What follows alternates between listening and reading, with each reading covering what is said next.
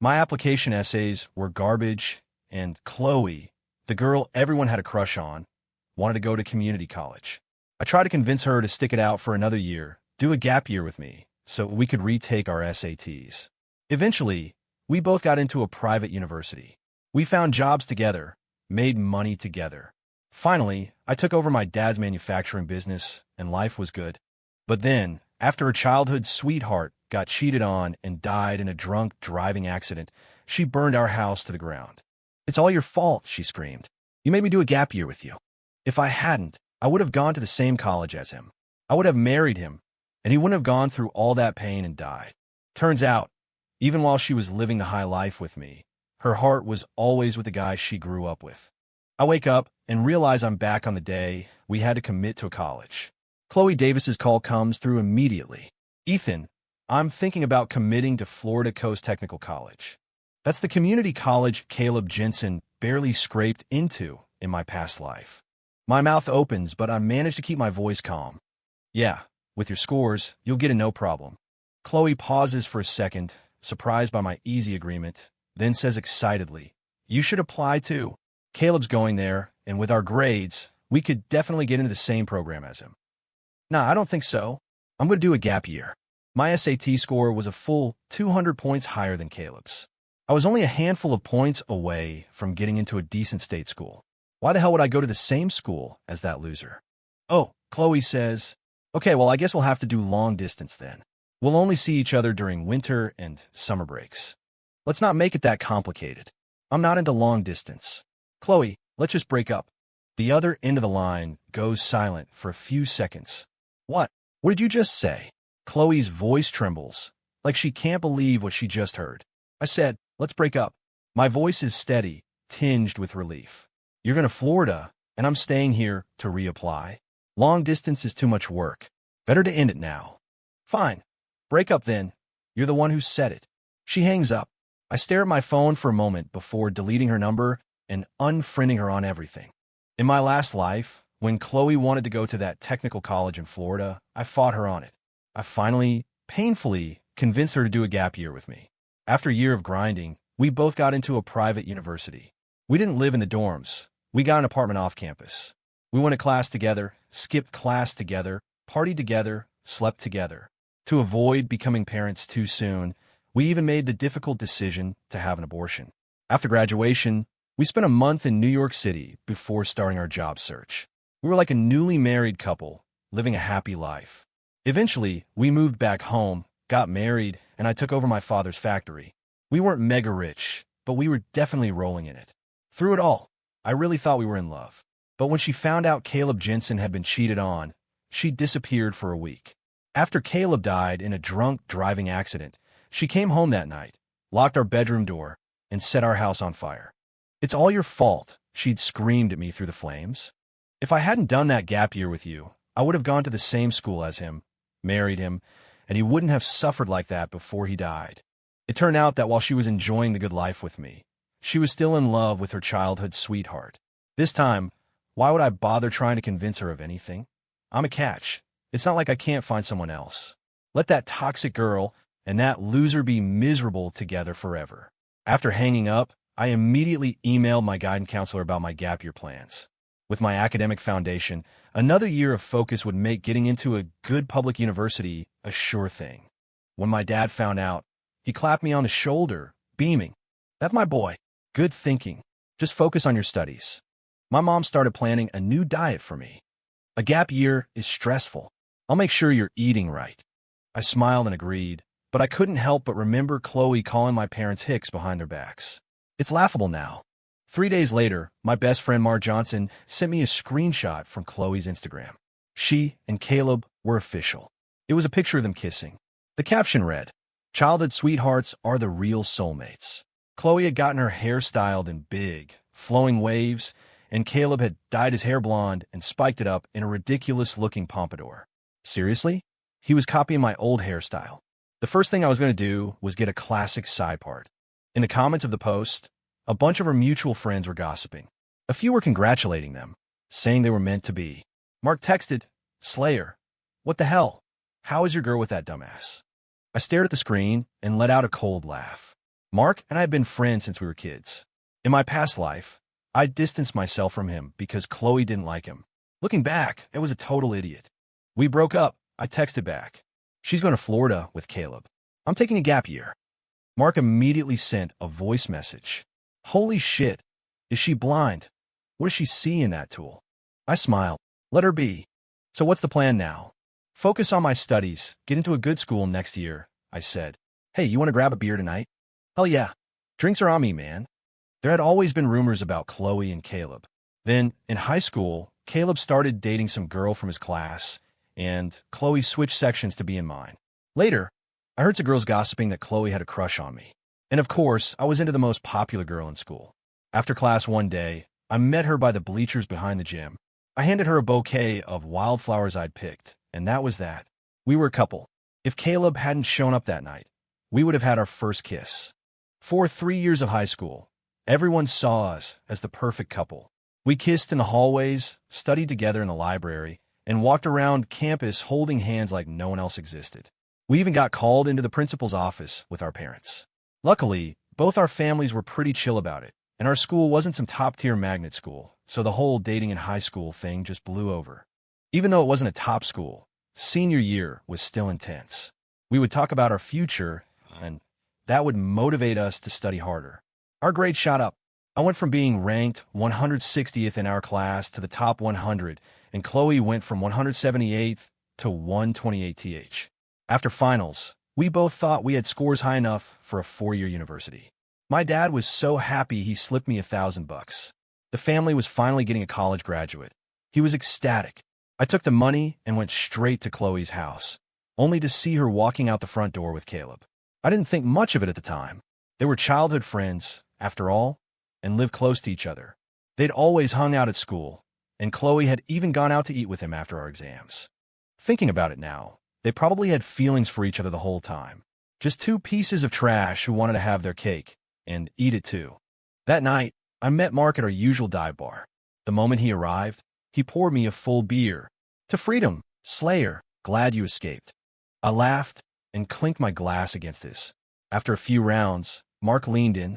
Dude, there's something I never told you. What's up? At the homecoming dance last year, I saw Chloe and Caleb behind the bleachers. He trailed off, but I got the picture. I threw back my beer, but I didn't feel the rage I expected. The past was the past. This life was for me. Slayer, so after your gap year, where are you thinking of applying? You should come to Austin.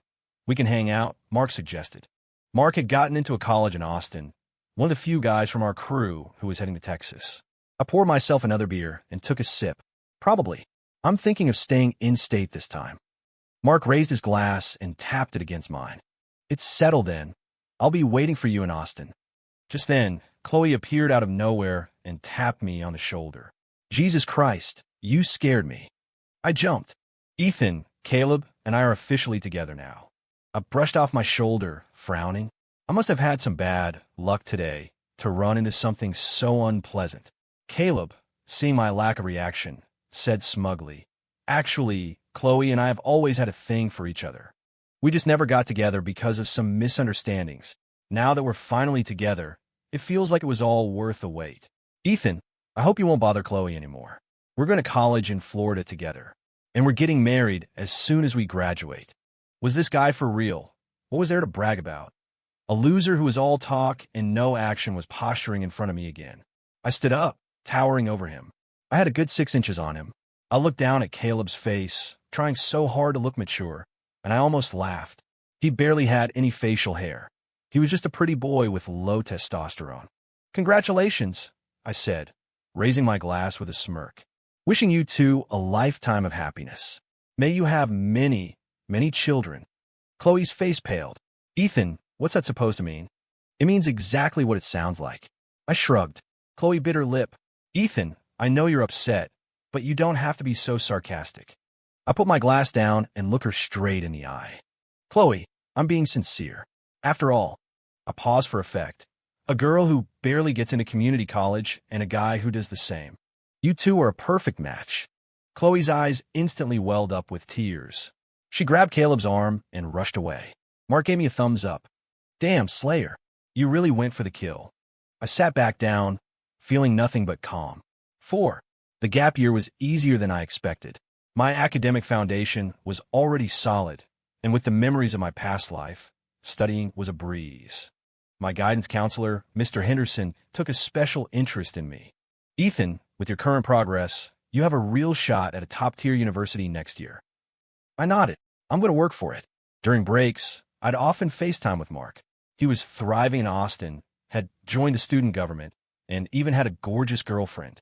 Slayer, there are so many hot girls in Austin. When you get here, I'll introduce you, he'd say, winking through the screen. I'd just laugh. Just worry about yourself, man. Occasionally, I'd hear things about Chloe and Caleb. Apparently, after they moved to Florida, Caleb got addicted to video games and was failing several classes. Chloe was working at a bubble tea shop to make ends meet, and things were tight. In late December, Mark sent me a screenshot of Chloe's Instagram post, a photo of her and Caleb with the caption, "First winter away from home, but it's not cold with you here." I shook my head. Winter in Florida is nothing like winter in Texas. In the picture, they were huddled together in a cramped apartment, with yellowing walls and cheap furniture in the background. Chloe's expensive waves had lost their shine, and Caleb's pompadour had gone flat. Mark sent a voice note. "Slayer, look at that dump they're living in. It looks like a slum." I didn't reply. I just deleted the picture. Their life had nothing to do with me anymore. I noticed a girl in my SAT prep class who was always quietly reading. Her name was Clara Evans. She had the best scores in the class, but was introverted and rarely talked to anyone.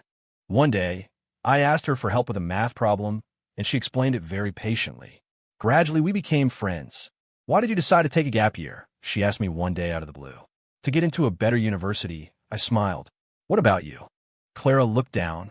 I want to be a doctor, but I didn't get into any pre-med programs." I was surprised, but her grades are so good. Both my parents are doctors. I was too nervous during the college applications last year. Her voice trailed off. I didn't know how to comfort her, so I just said, "We'll work hard together." She looked up, her eyes sparkling. "Yeah." 5. Right after New Year's, when everyone was still on winter break, one of my old classmates suggested a get-together. I was going to say no, but Mark drove all the way back from Austin, insisting he had to drag me out. The reunion was at a karaoke bar near our old high school. The moment I pushed open the door to our private room, I froze. Chloe and Caleb were there. Well, if it isn't Mr. Big Shot," Caleb said with a sneer. "I hear you're taking a gap year. What happened? Couldn't get in anywhere." The room went silent. Mark immediately stood up. "Caleb, you motherf." I put a hand on Mark's shoulder and said calmly, "Yeah, taking a year to get into a good university. It's better than scraping by to get into a community college." Caleb's face turned red. "You." Chloe pulled on his sleeve. "Caleb, don't." I walked over to a corner and sat down. Mark followed, whispering, "Shit, if I knew they were coming, I wouldn't have made you come." "It's fine." Who knew he'd have a nerd to show up to our class reunion? I shook my head. Just think of it as a free show. And a show it was. A moment later, the two of them were wrapped in a dramatic embrace. Caleb then turned to shoot me a defiant look and deliberately kissed Chloe on the cheek. I just smirked, turning to clink glasses with Mark, completely ignoring their pathetic performance. My indifference seemed to bother Chloe. She let go of Caleb, walked over to me, and said with a hint of arrogance, "So, Ethan, how's the gap year going? I bet you haven't been able to find a decent girlfriend since I left, have you?" I looked up at her, then glanced at Caleb, who was watching us from across the room. My tone was flat. "It's fine. I'm focused on my applications. Girls are just a distraction from my study schedule." "Huh. Keep telling yourself that. I just want you to know, Caleb and I are incredibly happy. You'll never have a chance again."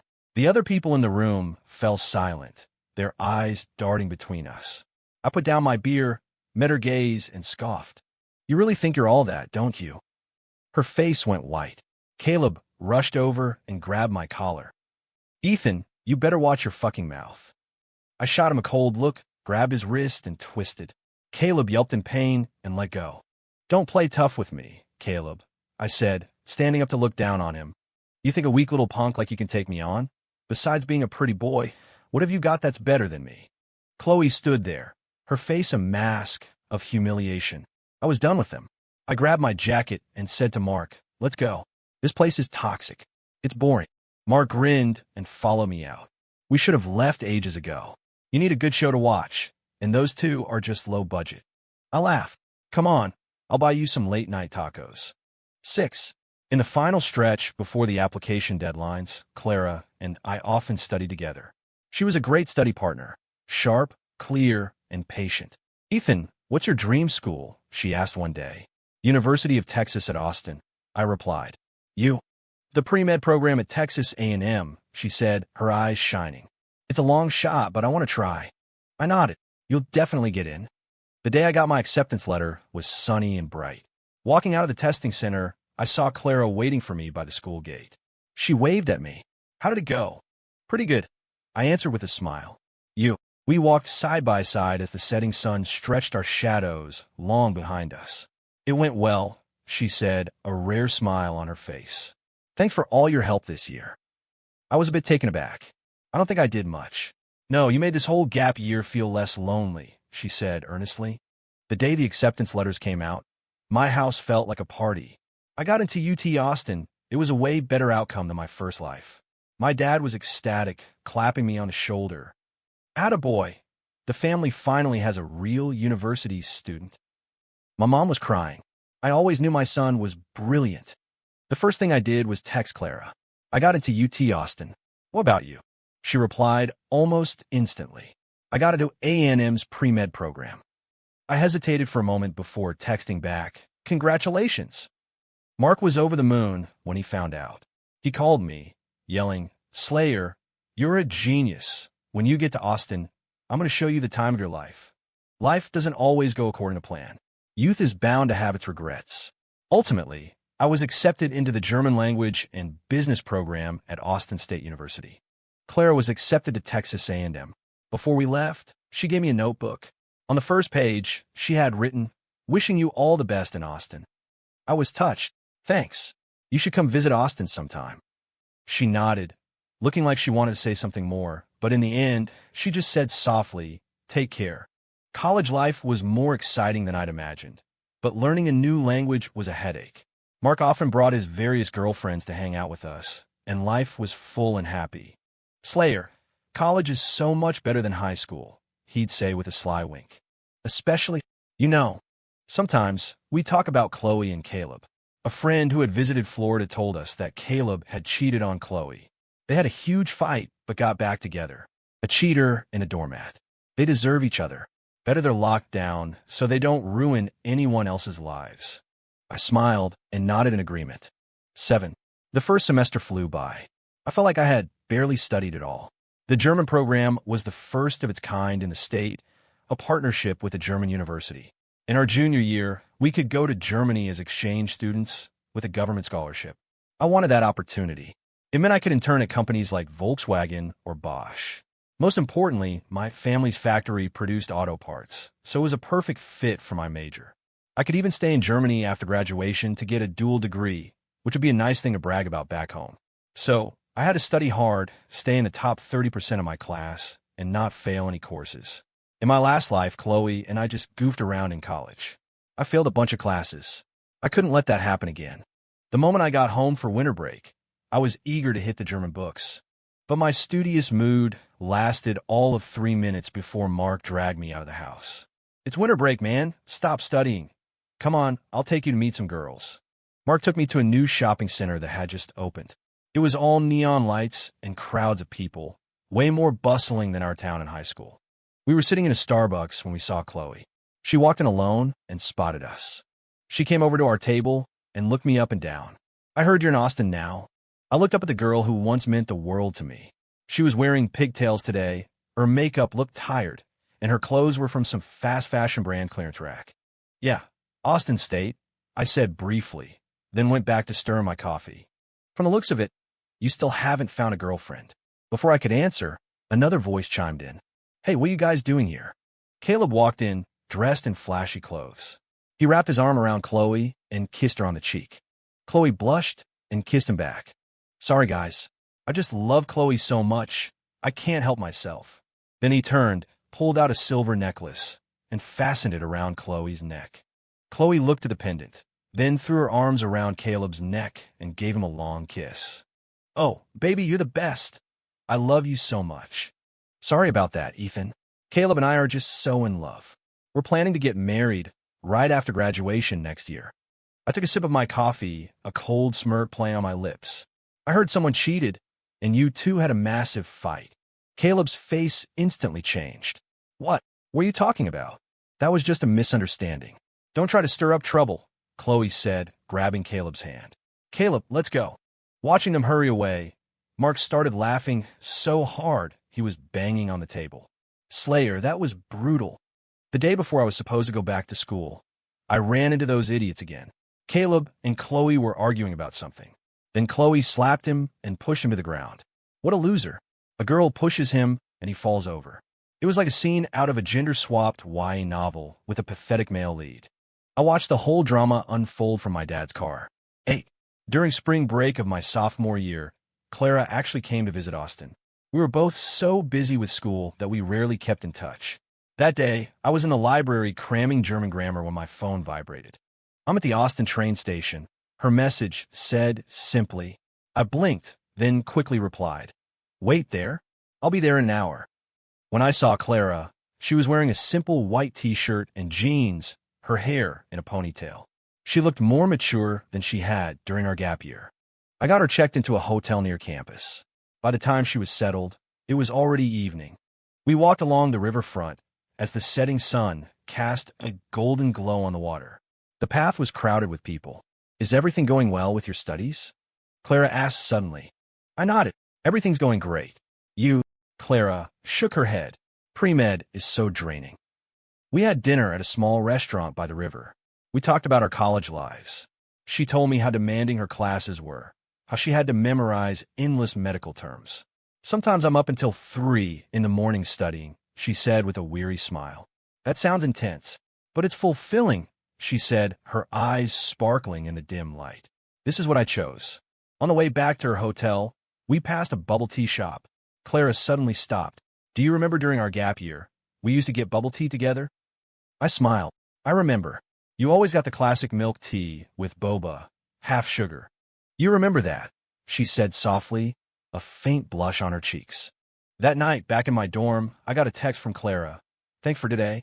You don't have to show me around tomorrow. I don't want to interrupt your studies. I thought for a moment and replied, it's spring break. I'll take you around. The next day, I took Clara to see the Texas state capitol. She stood before the grand building and took it all in. What did you wish for? I asked, curious. For my family to be healthy and to do well in school, she said. She paused, and that we both find our own happiness. On our way back, we ran into 2 people I never expected to see, Chloe and Caleb. They were clearly just as surprised to see us. Chloe's eyes darted between me and Clara, finally landing on my face. Ethan, is this your girlfriend? She asked, her voice dripping with acid. I was about to explain, but Clara spoke first.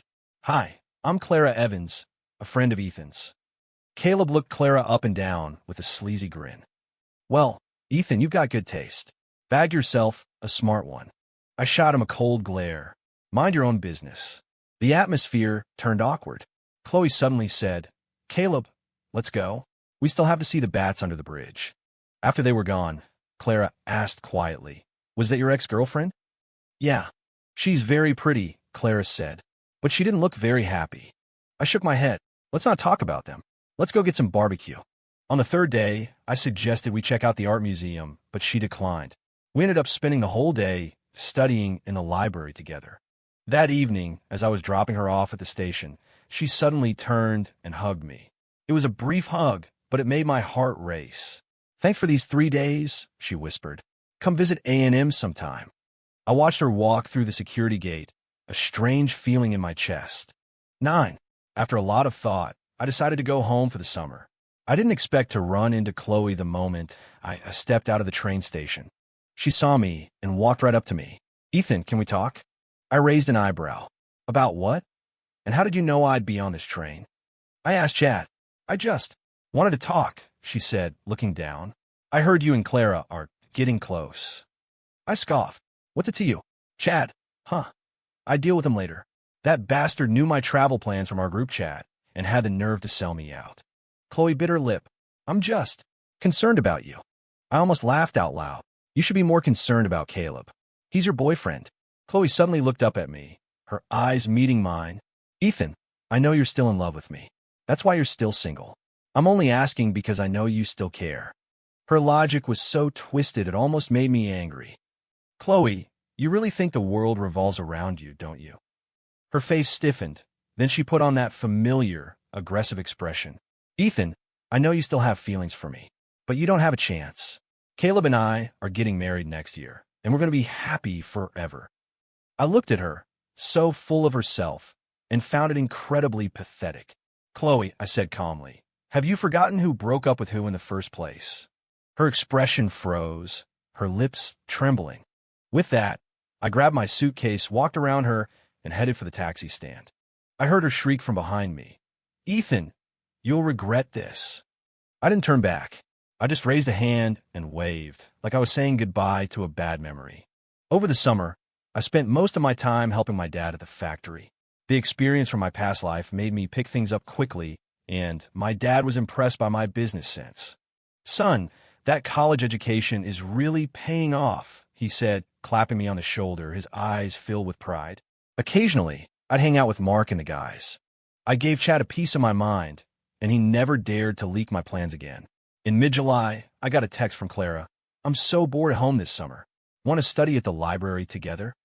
My heart skipped a beat when I read her message. We met at the city library.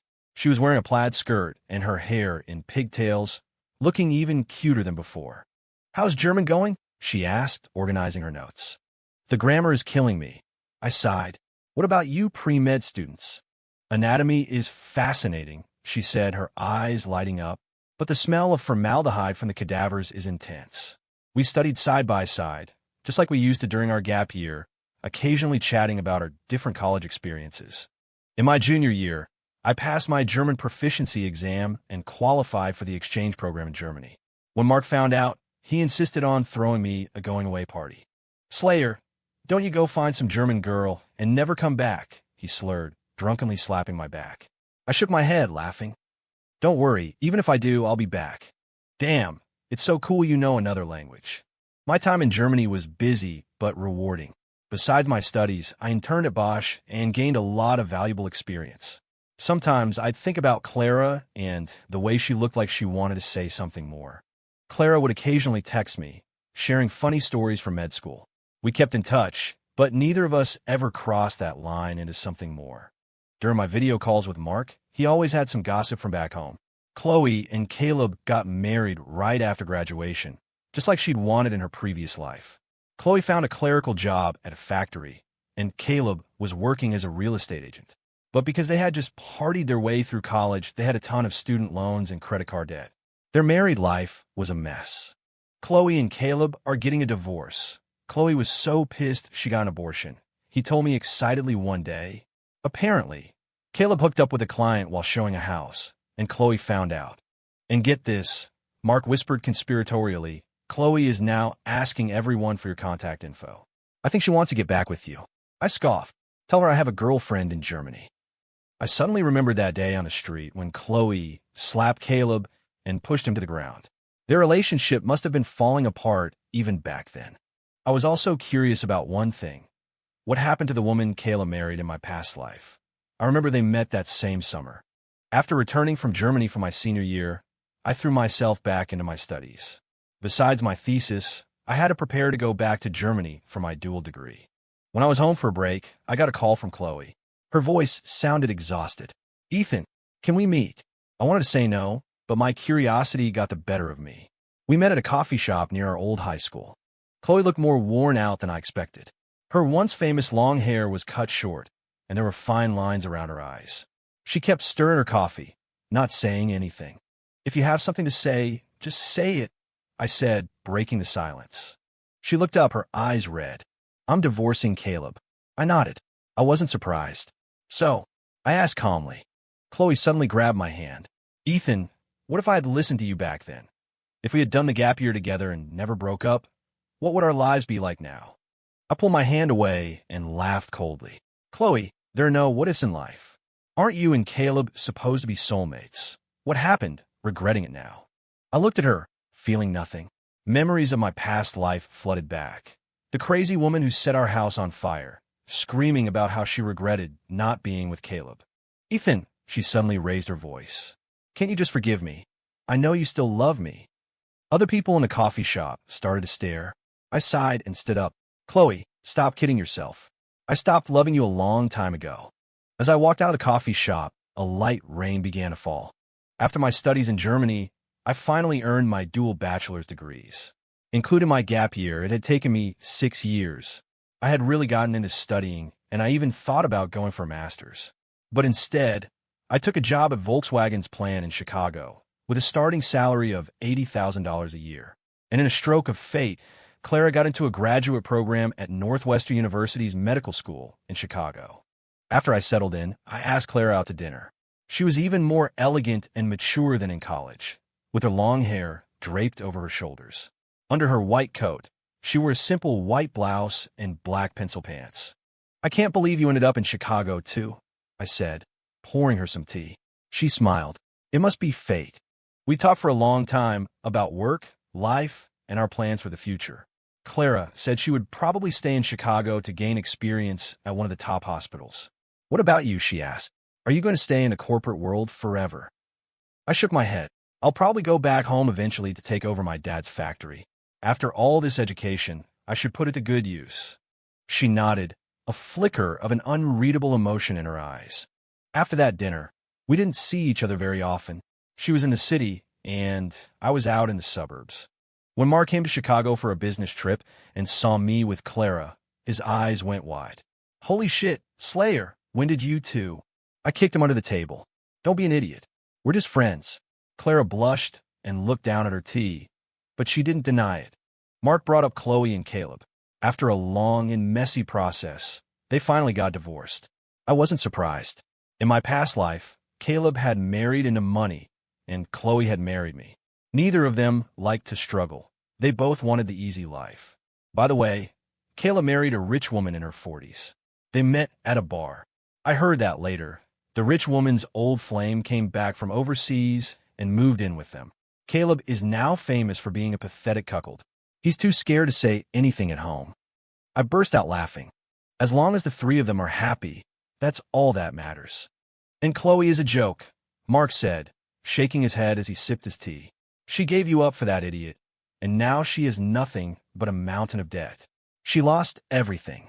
The next year, during Clara's summer break, we went back to our hometown and got married. I can't say who pursued whom. One day, I just casually said to her, we should be together, and that was that. The wedding day was bright and sunny. Clara looked stunning in a simple, elegant white dress, greeting guests at the hotel entrance. She wore light makeup, and her long hair was pinned up, showing off her graceful neck. She was so beautiful it was hard to look away. Ethan, you lucky bastard, Mark said, slapping my shoulder with a huge grin. You finally married our brilliant, beautiful Clara. I smiled and adjusted my tie. It was meant to be. The wedding went off without a hitch. The next morning, I looked at Clara sleeping peacefully beside me and quietly slipped out of the house to get breakfast. On the street, I saw a familiar figure, Chloe. The former most popular girl in school now had fine crow's feet at the corners of her eyes. She looked older, tired, and had lost her old air of arrogance. She no longer looked like a young woman, but a weary one. She froze when she saw me, then managed a weak smile. Ethan, long time no see. I nodded without stopping. Yeah, long time no see. I heard you got married, she asked, catching up to me. Yes, to Clara. I replied calmly, continuing on my way. She walked beside me and continued. That's nice. You're both such good people. I didn't answer, just nodded. Ethan, she said, stopping. She called out my name. I turned around and saw the sadness in her eyes. Her eyes were red. I wish you happiness. Thanks, I said, then turned and walked into the bakery without looking back. Our honeymoon was short. We soon returned to Chicago to get back to our studies and work. Before Christmas, Clara got pregnant. After the new year, my mother came to Chicago to help take care of her. Everything went smoothly, and we had our first child, a daughter. Every morning, I would look into her big, dark eyes and feel my heart melt. On the day of Clara's graduation, we brought our daughter on stage with us as she received her diploma. Our daughter was a little social butterfly, waving at everyone in the audience. She even refused to leave the university president's arms. Through my father-in-law's connections, Clara got a job at the local hospital back home. And I quit my job of 3 years and submitted my resume to my father. 30 seconds later, I was hired as the company's new general manager. My dad retired to a supporting role, happily taking on the job of full-time grandpa. For our new home, I chose a house in the same upscale neighborhood as my previous life. Not because I was nostalgic, but because it was the nicest area in town. I heard that Caleb was eventually kicked out by his rich wife. That pretty boy was tormented by her old flame who had moved in. It was like a Wattpad angst story come to life, but without the satisfying reunion at the end. When he was thrown out, he only got a $50,000 settlement. I also heard he now walked with a limp and was missing a kidney. The kidney had gone to the rich woman's old flame, giving him a new lease on life. As for Chloe, last year, she married a man 5 years older than her through a dating app. He was also divorced. He was an excavator operator. Her new husband was very good to her at first, but they could never get pregnant. A trip to the doctor revealed that Chloe had several abortions in the past, making it difficult for her to conceive now. Now their home is a constant battleground of fights and arguments. One weekend, Clara and I went back to our old high school. Even though we only met during my gap year, we were still alumni. She had been in the honors track, while I was in the regular classes. Walking down the familiar tree-lined path, Clara suddenly asked, "If you could do it all over again, would you still choose to take a gap year?" I squeezed her hand. I would, because it led me to you. The end.